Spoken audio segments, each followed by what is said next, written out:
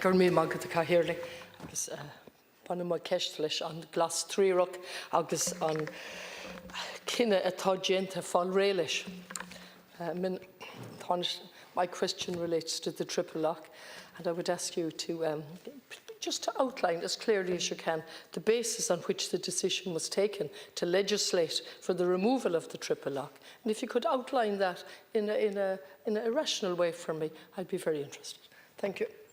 Well, the first thing I'd say, and I will outline the policy rationale, the first thing I'd say is the electoral commitment. I promised the people of Ireland when I ran in a general election that if I was elected to government, I intended to do this. And I intend to keep my promises. It was in my party's manifesto.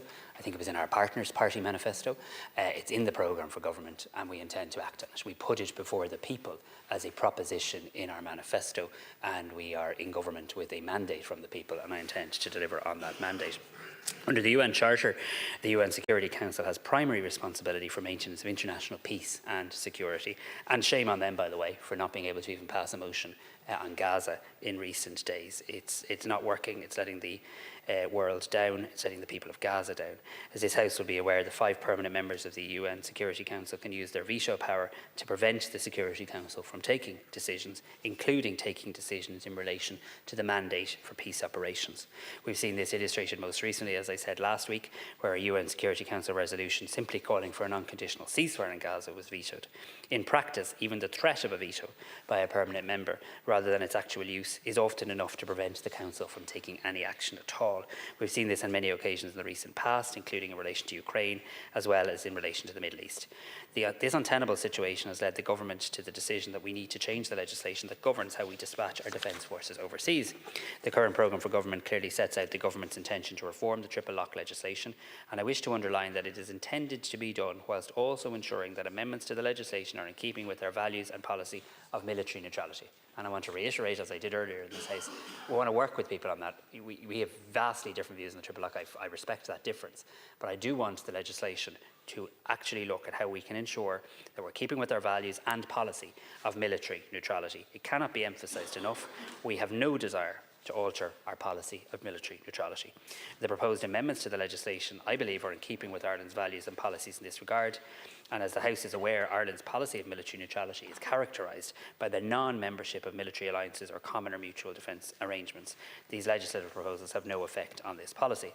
Having regard to the current ineffectiveness of the UN Security Council and indeed the outcome of the Consultative Forum on International Security in June 2023, the Government approved the proposals to bring forward the general scheme of the Defence Amendment Bill to govern overseas deployments in the future.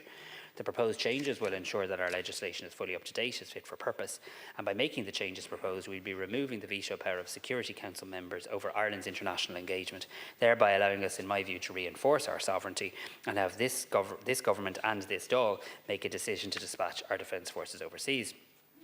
To address the question, because these questions are grouped in relation to Deputy O'Rourke, and to clear up any misconceptions, the bill proposes to amend the legislation on how Ireland deploys its troops overseas, both in terms of deploying on peace operations as part of an international force, but also in terms of the deployment of Defence Force personnel overseas for purposes other than as part of an international force.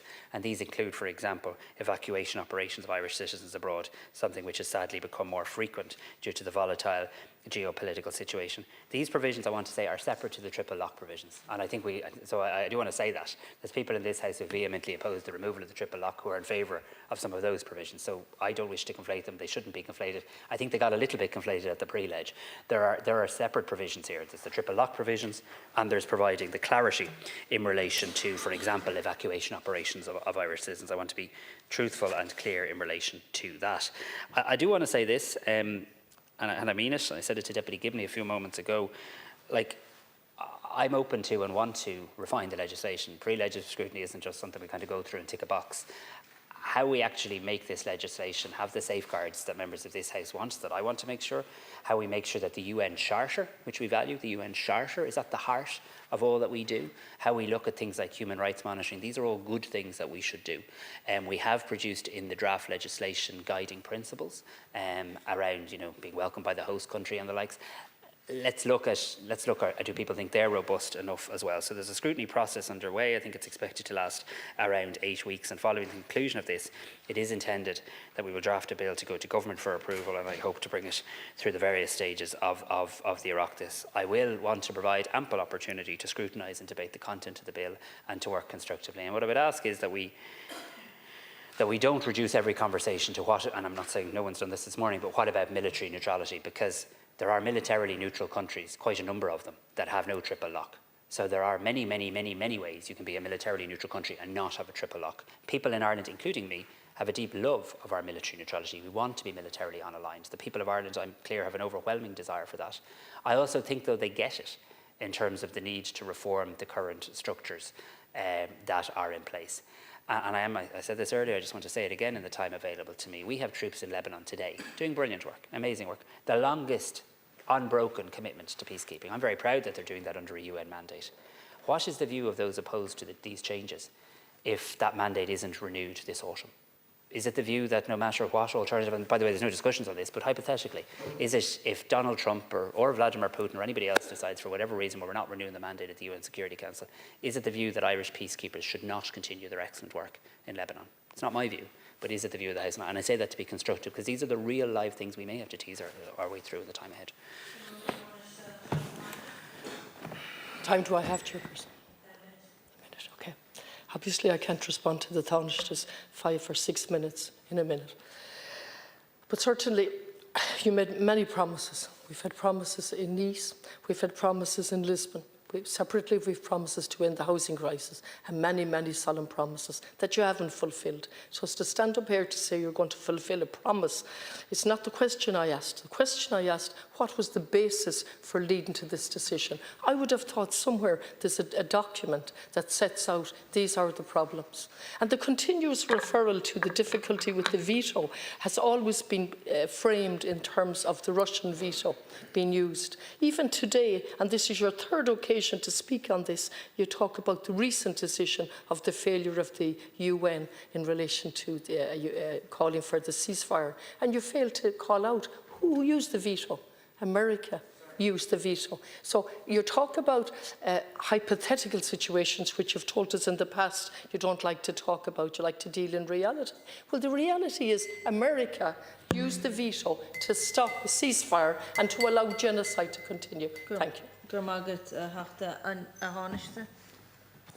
Sorry, just to be very clear, the United States of America used the veto, no issue about that. I think I referenced the President of the United States on a number of occasions today in relation to my concern around the potential use of the veto in the future. The United States used the veto. I think it was an appalling use of the veto, and I think it's a sign of the dysfunctionality of the Security Council. And yeah, I fully agree in relation to that.